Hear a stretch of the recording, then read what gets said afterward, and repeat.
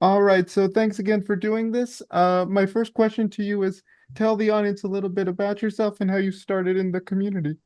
Yeah, so my name is Elle Michel. I'm a psychotherapist in private practice in Los Angeles, California. I've been in practice for I think 15, 14 years at this point, 13, 14 years, I would say. Um, and how I got started in the field was I had my own therapy in my young adulthood that was very powerful for me and very transformational for me.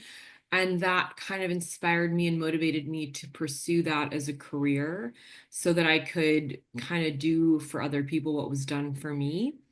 Um, and it's turned out to be a really good fit for me. Mm-hmm.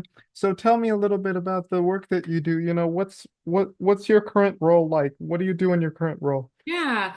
So I'm in private practice, which means that I run my own business. So I get all my own referrals and I see clients either virtually through Zoom or I'm in an office 2 days a week.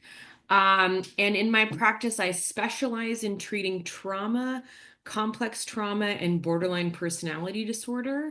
So those are the three main areas of focus that I have. Um, and in doing so, I use a few different modalities. I use EMDR, brain spotting, flash technique, as well as DBT, which stands for dialectical behavior therapy. So those are the main types of therapy that I practice and that I'm trained in. And I like to mix and match. I also bring in some CBT, which is cognitive behavior therapy. I bring in some psychodynamic approaches, which has a lot to do with attachment strategy.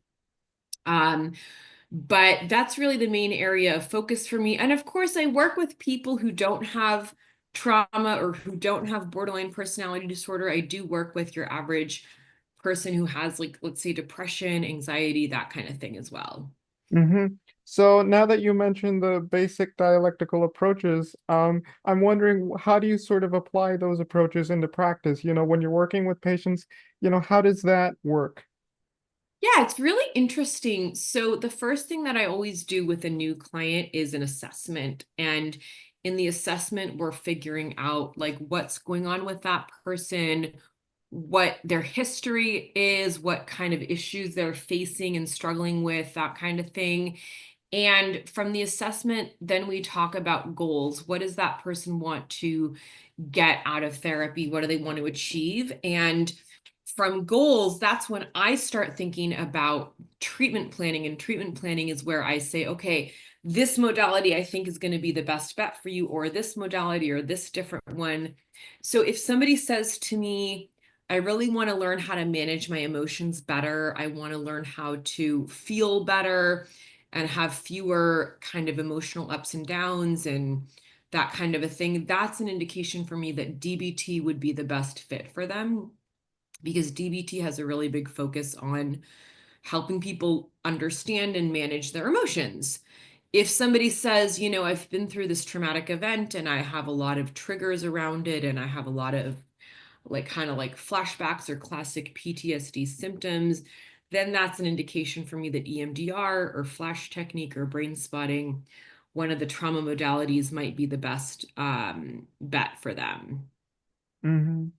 So I'm wondering in the moment, like if, for example, an approach that you're using doesn't work, how do you sort of really change it up, you know what I mean? Because oftentimes there are patients that have a complex variety of issues, anxiety, PTSD. So how do you sort of adjust in the moment to what their Yeah, needs are?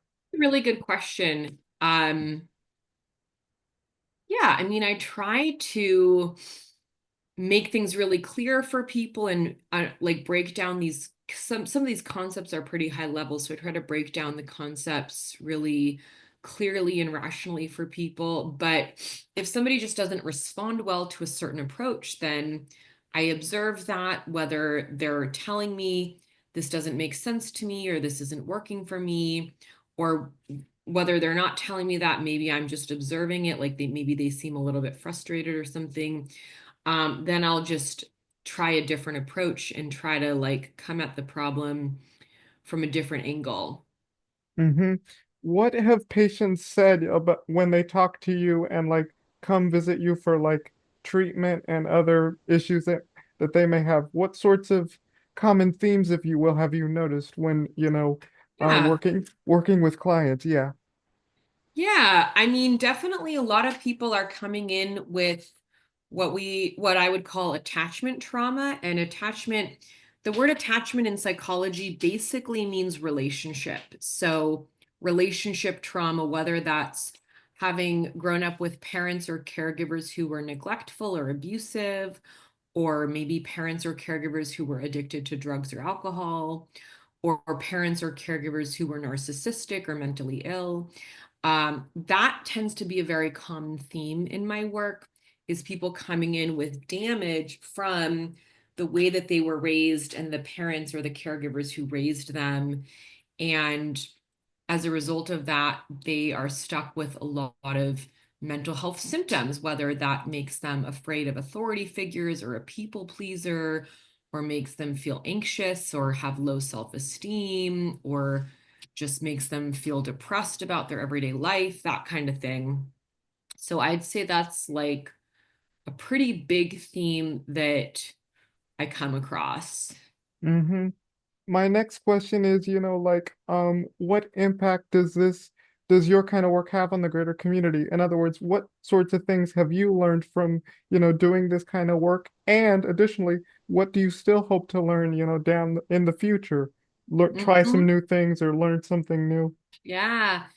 The impact on the community, I mean, I think when people come to therapy and they get their needs met in therapy, they're then better able to go out into their lives and their community and function and serve better, right? So hopefully the people who come to my practice, they're higher functioning in their daily lives. So they're able to be a better worker, a better friend, a better sibling, a better partner. Um, so that's having a net positive impact in their community. um, and in terms of the growth and the things I'd like to learn, I'm always learning. So one thing that I like about the license that I have as a licensed marriage and family therapist is that every 2 years to renew the license, you have to complete continuing education units. So it's built into the license that you have to keep learning. And I really love that because I love learning, and there's always new techniques and new modalities and new research to catch up on. Mm-hmm. Lastly, what can people take away from this conversation? How can this type of work be help people, you know, escape from the d daily routines. I shouldn't say escape, but like how can it sort of help them address their needs that they have in their lives? Because like we talked about before, people have come with a variety of issues. So like how does mental health sort of provide that assistance for people who are Yeah. struggling? I think the takeaway here would be that therapy just can be very helpful, and if you are struggling with trauma or borderline personality disorder or depression or anxiety, it could be a good idea to get in with a good therapist, somebody you trust, somebody who you can relate to and you feel good energy from, and start working on some of these problems, because there's a lot of healing to be had. There's a lot of hope out there, and the research and the science and the understanding we have about mental health in 2024 and how the brain works and how the psyche works, there's a lot of really good information out there, and we can make a very tangible improvement in people's lives. So I feel very hopeful about that. Mm-hmm. And this is kind of a bonus question, but like, what advice would you give to the incoming mental health professionals, who want to dip their toe into the mental health realm and explore the different avenues that mental health has Yeah. to offer? I would say try out as many different types of therapy as you can, right? Don't just do one thing and do that for your whole career. Like, especially when you're learning and when you're getting your hours for licensure, try a behavioral therapy, try a somatic therapy, try a psychoanalytic practice, or, try all kinds of different things and really get a sense of what you vibe with and what you relate to and what would be the best fit for you. All right. Okay.